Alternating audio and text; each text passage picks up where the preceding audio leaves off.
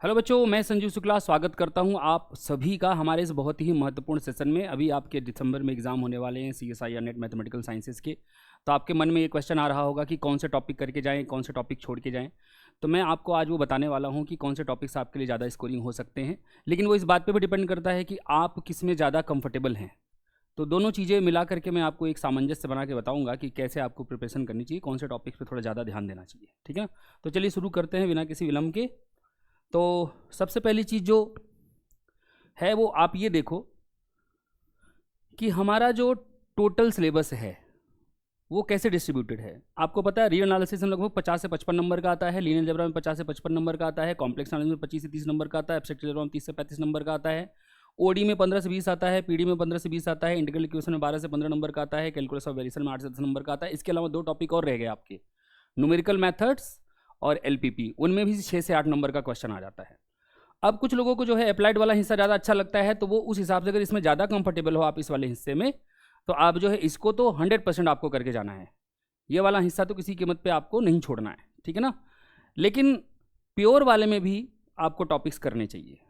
अब प्योर में ज़्यादातर लोगों को लीनियर अलजेब्रा वाला टॉपिक जो है वो थोड़ा सा कंफर्टेबल लगता है। तो लीनियर अलजेब्रा तो बिल्कुल आपको किसी कीमत पे उसमें कोई भी टॉपिक छोड़ के नहीं जाने हैं, ठीक है ना। कॉम्प्लेक्स एनालिसिस, एब्स्ट्रैक्ट अलजेब्रा और रियल एनालिसिस में से आप जितना कंफर्टेबली कर सकते हो, है ना, उतना करके जाओ, ठीक है। ये उनके लिए है जो अप्लाइड मैथमेटिक्स वाला हिस्सा जो है ज़्यादा कंफर्टेबल है जिसमें, ठीक है ना। अब बाकी उन बच्चों के लिए जो प्योर में ज़्यादा कंफर्टेबल है, भाई आपके लिए तो साफ साफ दिख रहा है, पहला, दूसरा, तीसरा, चौथा, है ना, ये टॉपिक तो करके जाना है।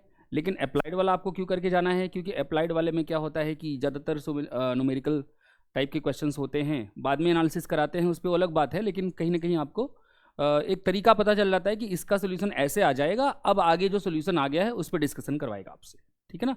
तो इसलिए आपको जो जो प्योर वाले हैं बच्चे, जो प्योर में ज़्यादा थोड़ा सा कंफर्टेबल हैं, उनको भी ये अप्लाइड वाले जो टॉपिक्स हैं जिनमें वो थोड़े कंफर्टेबल हैं वो ज़रूर करके जाने चाहिए, है ना। वैसे तो ये एक्सपेक्टेड है कि आपको ये सारा सिलेबस करके जाना है। इनफैक्ट क्या नाम है, न्यूमेरिकल मैथड्स और आपका LPP भी करके जाना है। लेकिन अगर आप अभी ये सोच रहे हो कि कौन सा टॉपिक पक्का कर लें, तो सीधा सा हिसाब है, जो टॉपिक में आप कंफर्टेबल हो वो टॉपिक कर लो, ठीक है ना। वो टॉपिक करके ही जाना है, ठीक है ना। उसके अतिरिक्त जो आप जिसमें आप कंफर्टेबल नहीं हो, उसमें जो टॉपिक आपको थोड़ा बहुत सही लगता है वो करके जा सकते हो। जैसे रियल एनालिसिस का डिटेल सिलेबस आपके सामने यहाँ पे उपलब्ध है, जिसमें आपको पता है सीक्वेंस सीरीज वाला टॉपिक, लिमिट कंटिन्यूटी डिफरेंशियबिलिटी वाला टॉपिक, रिमांड इंटीग्रेशन से कभी कभार क्वेश्चन आ जाता है, इम्प्रॉपर इंटीग्रल से, और sequence and series of function से पक्का क्वेश्चन आता है, फंक्शंस ऑफ सेवरल वेरिएबल से पक्का क्वेश्चन आता है। तो आप रियल एनालिसिस में ये टॉपिक मिस नहीं करना चाहेंगे, ठीक है ना। उसके अलावा आगे बढ़ते हैं, अगर हम लीनियर अलजेब्रा की बात करें तो इसमें तो मैं कोई भी टॉपिक ऐसे नहीं कहूँगा जो आप छोड़ के चले जाओ। इसमें कहीं ना कहीं हर टॉपिक से कुछ न कुछ मिला के पूछ लेता है, तो लीनियर अलजेब्रा में कुछ छोड़ के नहीं जा सकते हो, ठीक है ना। सब कुछ करके जाना है। किन टॉपिक्स पे ज़्यादा थोड़ा ध्यान लगाना है, जैसे आपका आइगन वैल्यू, आइगन वेक्टर्स हो गया, कैनोनिकल फॉर्म से रिलेटेड कुछ क्वेश्चन आ जाता है, और बाइलिनियर फॉर्म और इनर प्रोडक्ट स्पेसेस से भी रिलेटेड पिछले वर्षों में क्वेश्चन पूछे जाने लग गए हैं। ये टॉपिक तो आप बिल्कुल मिस नहीं कर सकते। और सिस्टम ऑफ लीनियर इक्वेशन, वही मैंने कहा कि इसमें कुछ मिस नहीं कर सकते। लीनियर अलजेब्रा में you have to do everything, जो भी आपके सिलेबस में मेंशन है वो सारा करके जाना है। कॉम्प्लेक्स एनालिसिस में आपके जो टॉपिक्स हैं ज़्यादातर आपको पता है कि सिंगुलैरिटीज, कॉम्प्लेक्स इंटीग्रेशन, और ये तो सारा लिवली थ्योरम वगैरह उसी में आपका आ गया, पावर सीरीज, है ना, conformal mappings, bilinear transformation, maximum modulus principle, ये तो आपको पता है, स्वार्ट्ज लेमा, इस पे भी क्वेश्चन जो है बनते हैं, ठीक है ना।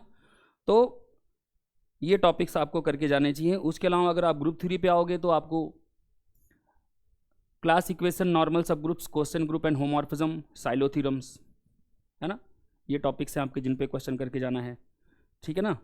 रिंग थ्योरी में आपका जो है क्वेश्चन ज़्यादातर आता है polynomial ring, reducibility of polynomial, ideal, quotient ring, homomorphism, ED, PID, UFD, और फील्ड थ्योरी से भी थोड़ा सा आता है, ठीक है ना। एक आध दो क्वेश्चन फील्ड एक्सटेंशन के आपको करके जाने चाहिए, मतलब वो वाले टॉपिक जिसमें डिग्री ऑफ एक्सटेंशन ये सब निकालते हैं, है ना, वो करके जाना चाहिए। मैं नहीं कह रहा गैल्वा थ्योरी पूरा करके जाओ, बट वो बेसिक टॉपिक करके जाने चाहिए। कभी कभी 4.7 मार्क्स का 75 मार्क्स का क्वेश्चन वहाँ से ही आ जाता है, ठीक है ना।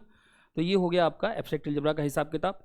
अगर आप OD की बात करते हैं तो OD में मैं कोई भी टॉपिक ऐसे नहीं बोलूँगा कि आप छोड़ के आओ, बट आप जानते हो ये वाला हिस्सा, एग्जिस्टेंस एंड यूनिक्स वाला हिस्सा, boundary value problem, system of OD, ठीक है ना। इनमें ये वो टॉपिक है जिन पे आपको स्पेशल ध्यान लगा के जाना है, ठीक है ना। इन टॉपिक्स पे जरूर प्रिपरेशन करके जानी है, ठीक है। उसके अलावा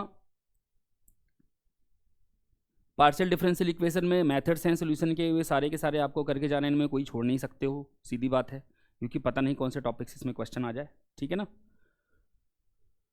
सारे करके जाने हैं। उसके बाद इंटीग्रल इक्वेशन में ये टॉपिक्स हैं जिन पे क्वेश्चंस आते हैं यूजली, ठीक है ना।